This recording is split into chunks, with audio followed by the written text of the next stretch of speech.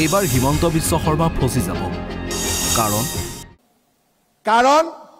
1 লাখ চাকৰি কৰ পৰা দিব 1 লাখ চাকৰি কেনেকে দিব আৰু যদি 1 লাখ নহয় 20,000 চাকৰিও যদি দিব খুজে চাৰিওফালে দুৰ্নীতি হ'ব টকা পইচাৰ বজাৰ হ'ব আৰু চৰকাৰখন ৰাইজৰ মাজত অপ্ৰিয় হৈ পৰিব সৰুসজাইত ৰাজ্য চৰকাৰৰ বৃহৎ নিযুক্তি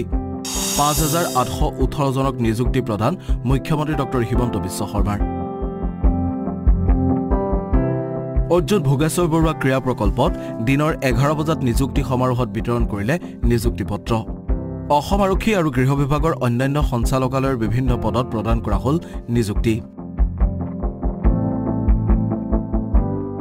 উপপৰিদৰ্শক আৰু সমপৰ্যায়ৰ পদত 156 গৰাকী কনিষ্টবল এবি আৰু ইউবি সমপৰ্যায়ৰ পদত 5,410 গৰাকী চতুৰ্থ বৰ্গৰ পদত 252 গৰাকীক নিযুক্তি পত্ৰ প্ৰদান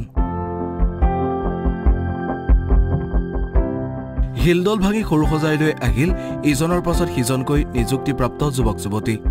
কোনোৱে যদি ই ৰিক্সা চলাইছিল কোনোৱে 35 বাৰ শাৰীৰিক পৰীক্ষা দিয়াৰ মূৰত পাইছে চাকৰি 35 बार देने के बाद अभी मिला है आसाम कमांडो में मिला है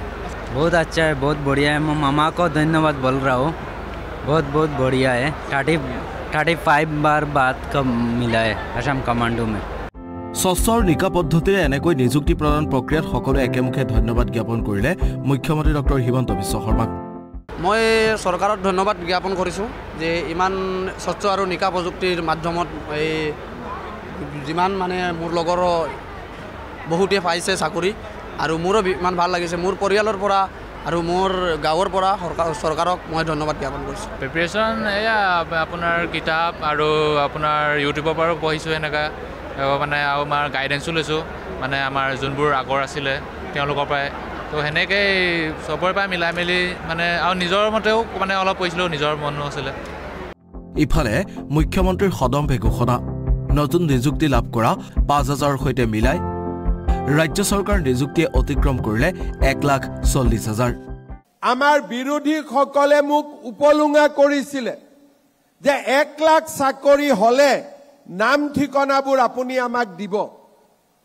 মই মনতে ভাবিছিলো যে 2021 চনত 22 চনত মোক আপোনালোকে উপলুঙা কৰিব কিন্তু 2025 চন 26 চন পাওঁতে আপোনালোকে এই কথাবোৰ পাহৰি যাব আজি মই গৌৰৱেৰে সৈতে ক'ব খোজো যে আমি 1 লাখ চাকৰি দিম বুলি কৈছিলো এতিয়ালৈকে আমি 1,35,000 ল'ৰা ছোৱালীক আমি চাকৰি দিলো কেৱল সেয়াই নহয় মুখ্যমন্ত্ৰীয়ে উল্লেখ কৰে যে অসম ভাৰতৰ ভিতৰতে এনেকুৱা এখন ৰাজ্য য'ত চাকৰি পাবলৈ তামোল এখনো খুৱাব নালাগে আজি আমি গৌৰৱেৰে সৈতে ক'ব পাৰো যে ভাৰতৰ ভিতৰত অসম এনেকুৱা এখন ৰাজ্য য'ত চাকৰি পাবলৈ 1 টকাও কাকো ঘোষ দিব নালাগে তামোল পান এখনো খুৱাব নালাগে মাত্ৰ পৰিশ্ৰম আৰু কষ্টৰ মাজেৰে আজি আমি চৰকাৰী চাকৰি পাব পাৰো পৰৱৰ্তী 2টা দিনত প্ৰকাশ পাব নতুন বিজ্ঞাপন চাকৰি প্ৰত্যাশীসকলক অনুশীলন আৰম্ভ কৰিবৰ বাবে আহ্বান মুখ্যমন্ত্ৰীৰ আৰু অহা 2 দিনত মামাই নতুন এডভাৰটাইজ দিব গতিকে আমি দৌৰা কাম চলাই থাকিব লাগে অহা আজি গল কালি গল পৰহি দিনাখন আমি আকৌ 5,000 পোষ্টৰ আমি এডভাৰটাইজ মুকলি কৰি দিম তাৰ মানে অসমত নিযুক্তি চলিয়ে থাকিব সমাগত 26ৰ নিৰ্বাচন তাৰ পূৰ্বেই চৰকাৰৰ এই নিকা নিযুক্তিয়ে কোনোবাখিনিত চৰকাৰকে যে এটা ইতিবাচক দিশলৈ লৈ গৈছে সেয়া নিশ্চিত গুৱাহাটীৰ পৰা সমীৰণ শইকীয়াৰ সৈতে নিউজ এক্স ৰিপৰ্ট আসাম টক্স